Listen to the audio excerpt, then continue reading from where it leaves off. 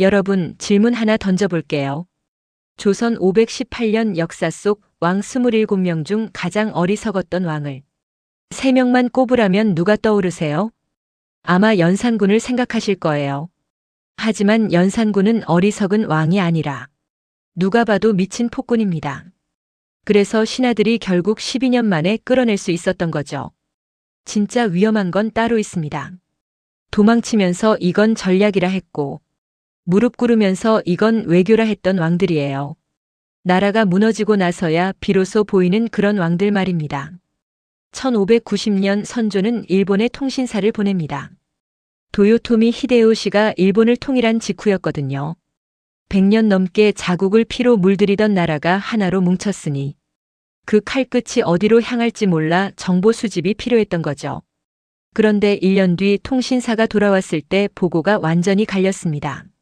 정사 황윤길은 전쟁은 반드시 난다고 했고, 부사 김성일은 그런 기색을 못 봤다고 했어요. 그 같은 것을 보고도 결론이 정반대였던 겁니다. 여러분이라면 누구 말을 듣겠습니까? 당연히 최악에 대비해야 하잖아요. 그런데 선조는 편한 쪽을 골랐습니다. 성을 고치고 군사를 훈련시키고 무기를 만드는 게 모두 돈이고 시간이고 귀찮은 일이었으니까요. 결과는 명확했습니다. 1592년 4월 일본군 15만 명이 부산에 상륙했어요. 20일도 안 돼서 일본군이 한양까지 올라왔습니다. 선조의 선택은 도주였습니다. 왕이 잡히면 나라가 끝나니까 도망칠 수밖에 없었죠. 하지만 문제는 도망치기 전날에 있었어요. 선조는 한양 백성들 앞에서 도성을 지키겠다는 교서를 내렸습니다. 24만 백성들은 그 말을 믿었어요. 그런데 바로 다음 날 밤, 선조는 궁궐 뒷문으로 몰래 빠져나갔습니다. 약속한 지 하루 만에 그것을 깼던 거예요. 날이 밝았을 때 백성들이 본 건 비어버린 궁궐이었습니다. 어젯밤까지 도성을 지키겠다던 왕은 없고 15만 명의 일본군만 코앞에 와 있었어요. 실록의 기록이 냉담합니다. 난민이 크게 일어났다. 성난 백성들이 가장 먼저 부순 것은 왕실 창고, 내탕고였습니다. 그 다음은 장혜원과 형조였어요. 왜 하필 거기였을까요? 거기에 노비 문서가 전부 보관돼 있었기 때문입니다. 조선 인구의 30에서 40%가 노비였던 시대였어요. 백성들은 외쳤습니다. 왕이 우리를 버렸는데 왜 우리가 이 나라의 노비로 남아야 하는가? 그런데 선조의 진짜 문제는 도망이 아니라 질투였습니다. 전쟁 중 바다에서는 이순신 장군이 일본군의 보급선을 끊고 있었고 세자인 광해군은 전국을 돌며 의병을 모으고 있었어요. 아버지가 도망칠 때 아들이 나라를 지킨 겁니다. 정상적인 지도자라면 이보다 든든한 일이 없지 않겠어요? 그런데 선조는 정반대로 갔습니다. 이순신 장군이 이길 때마다 얼굴이 어두워졌고 광해군이 백성들의 지지를 받을수록 불안해했어요. 선조는 원래 왕이 될 혈통이 아니었습니다. 방계 출신인데다가 적통이 끊어져서 겨우 왕위에 올랐거든요.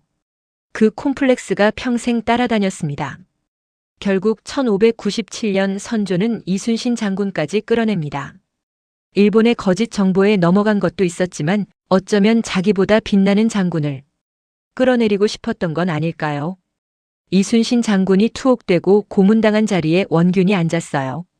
그 결과 칠천량 해전에서 조선 수군은 거의 전멸합니다.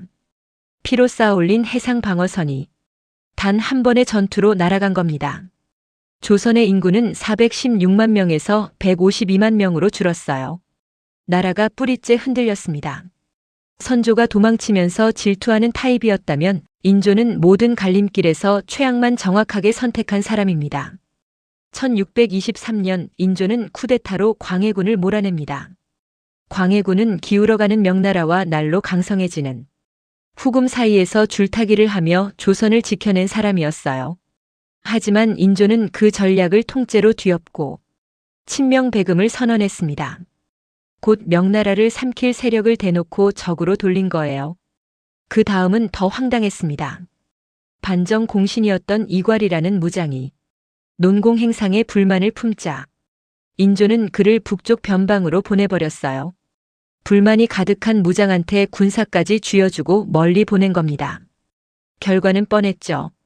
이괄이 반란을 일으켜 한양을 함락시킵니다. 왕이 된 지 1년도 안 돼서 수도를 뺏긴 거예요. 더 큰 문제는 그 뒤였습니다.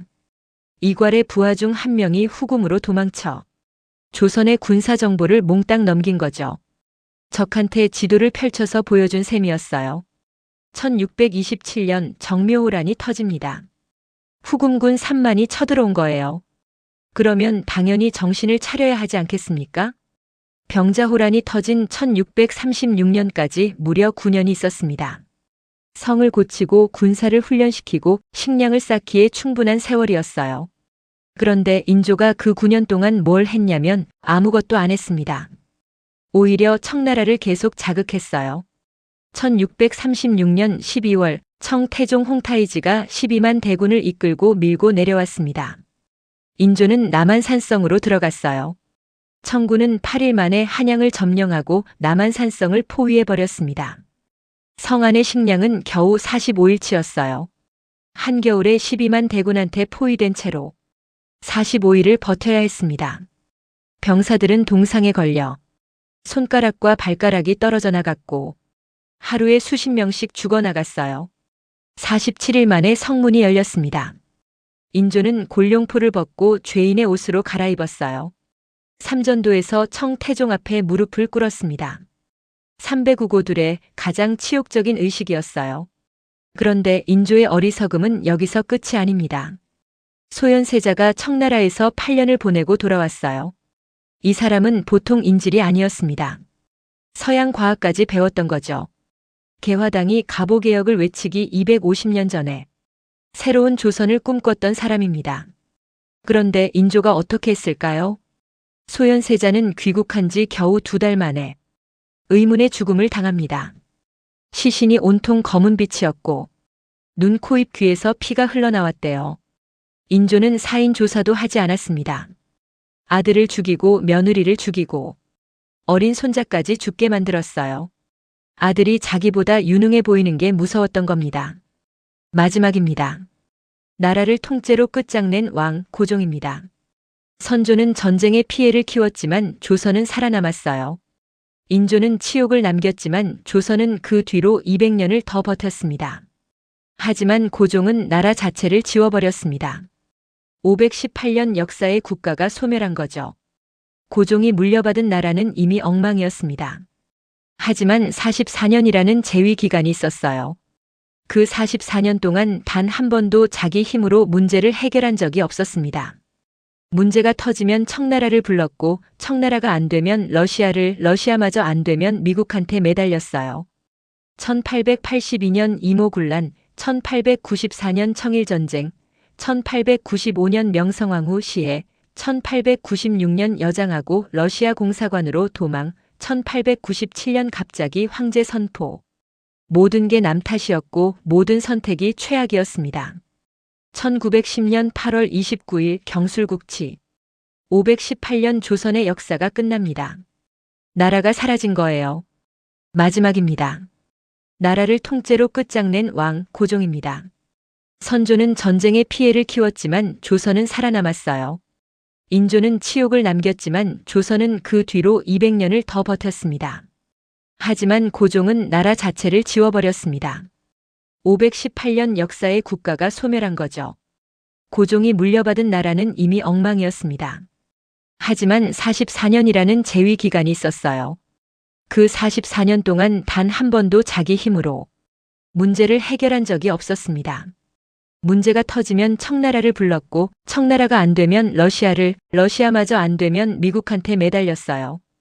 1882년 이모군란, 1894년 청일전쟁, 1895년 명성황후 시해, 1896년 여장하고 러시아 공사관으로 도망, 1897년 갑자기 황제 선포. 모든 게 남 탓이었고 모든 선택이 최악이었습니다. 1910년 8월 29일 경술국치. 518년 조선의 역사가 끝납니다. 나라가 사라진 거예요. 이제 이세 왕에게는 한 가지 공통점이 있습니다. 셋 다 답을 가지고 있었어요.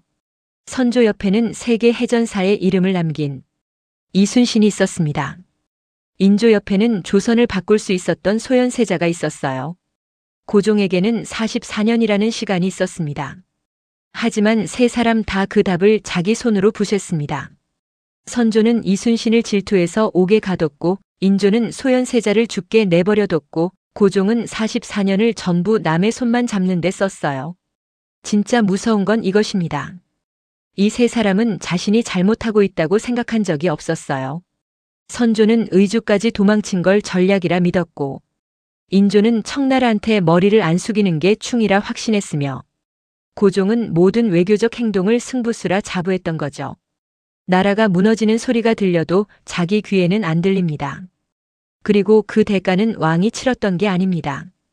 이순신 장군 밑에서 노를 젓다 죽은 수군이 치렀고 50만 명의 백성이 치렀고 나라를 잃고 들판을 떠돌아야 했던 수백만의 사람들이 치렀어요. 우리는 더 이상 왕을 모시는 시대에 살고 있지 않습니다. 하지만 누군가를 뽑아서 자리에 앉히잖아요. 그 사람이 문제가 터졌을 때 남탓만 하고 있으면 그게 선조예요. 세상이 바뀌는데 과거에만 매달려 있으면 그게 인조예요. 실력을 키울 생각은 안 하고 이쪽 줄 저쪽 줄만 갈아타고 있으면 그게 고종이에요. 지도자의 자리에 앉은 사람이 저세 왕처럼 행동할 때 그걸 알아보는 눈, 그리고 멈추게 하는 힘. 100년 전 백성들에게는 둘 다 없었습니다. 하지만 지금 이 나라의 국민에게는 있습니다. 영상이 도움이 되셨다면 좋아요, 구독 부탁드립니다.